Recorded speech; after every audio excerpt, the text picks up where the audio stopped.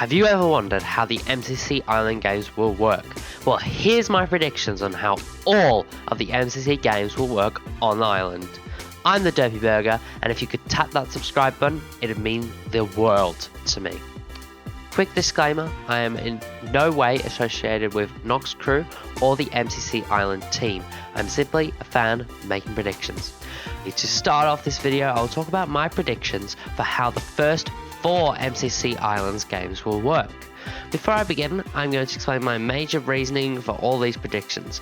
Nox Crew have stated before that they want to ensure people don't just leave and ruin games, so I'll be trying to make the perfect fit to avoid those rage quitters.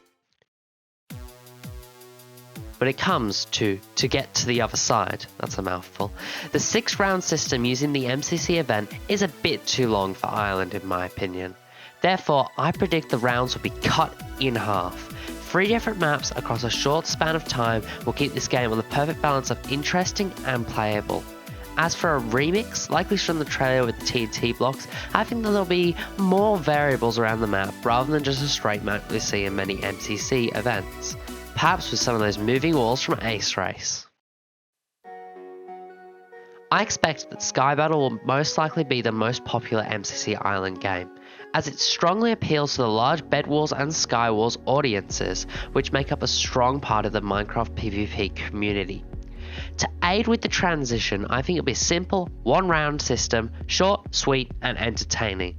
I also agree with the community that the most likely twist is the tiered loot around the map, spicing up the game and allowing different winners to take the Sky victory. Now this might be controversial. Hole in the Wall, it's not my favourite game. In fact, it's one of my least favourite games. Hole in the Wall will most likely be a 1 or 3 round system. I can see Nox Crew keeping the original 3-round system, as the game wouldn't be too affected by the 1 or 2 rage quitters, as it's much more individual based than its counterparts. And as we've already seen, the twist will be falling blocks and mobs, increasing the difficulty of jumping through holes in a wall. Now, Battle Box is a very interesting game to talk about, as it has a lot of possibilities. Battle Box would most likely benefit from a slightly longer version than the current MCC variant of the game. Currently, the maximum amount of time Battle Box can go for is 1 minute. I think that Nox Crew will most likely queue 8 players for 1 round 4v4 Battle Box. However, if this is the case, the game needs to go for slightly longer, otherwise the amount of waiting time could be too long compared to the actual time playing the game. Perhaps then it becomes a 3-round system with 16 players playing.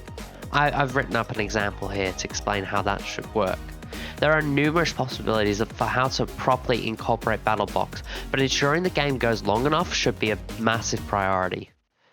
Now we're going to move on to the games which won't be in closed beta, which is incredibly sad, because let's be honest, we all want these games. Some of these games are slightly easier to include, some of them less so. So let's start with the easy ones. The beloved Ace Race is a mode which all players were particularly excited for when MCC Island was first announced. However, after its recent remake in MCC 23, Ace Race should be in the works for one of the next Island minigames. This one should be quite easy to figure out. There'll be about 3-4 laps depending on each map, and I expect there to be about 20 players playing at once, maybe 16. It should be much easier to judge Ace Race's player counts once To Get to the Other Side releases this month. A staple of the Minecraft minigame community, Hunger Games, or as it's dubbed in MCC, Survival Games, is one of the oldest and most popular Minecraft minigames ever seen. The idea is pretty simple, and so is how the mode should be incorporated into the island. Once again, you can pretty much cut and paste this mode straight from the event into Island, perhaps with a few changes. Like my predictions for Ace Race, I think we'll see this being a 20-player game, with a slightly smaller map and maybe 7-minute games instead of 10. Either way, bringing such a beloved and or hated game into the island and giving this old formula a breath of fresh air is something that has me excited. RSR, or Rocket Spleef Rush, is a fantastic fast-paced, exciting game which has only recently joined the MCC roster. I think that RSR is very similar to Hole in the Wall, in the way that it could be like the competition version and have 3 rounds or be cut down to 1.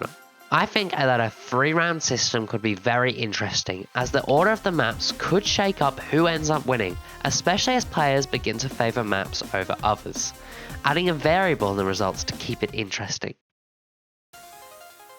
Parkour Tag is another exciting, nerve-wracking and fast-paced game in the MCC roster. I can almost copy and paste what I said about BattleBox for this game.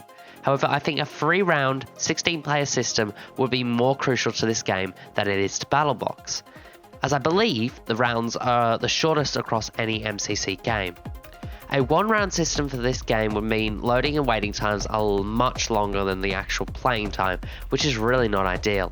Within my 3-round system, you could do the same format as BattleBox, or you could have 2 teams face up for 3 rounds and see who comes out on top.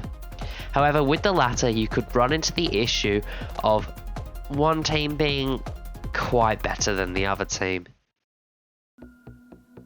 As the newest game in the MCC roster, a competitive favourite, and I will admit, a game which is beginning to grow on me, with a number of people comparing this game to Valorant, I believe that this game will draw in a greater audience than perhaps expected.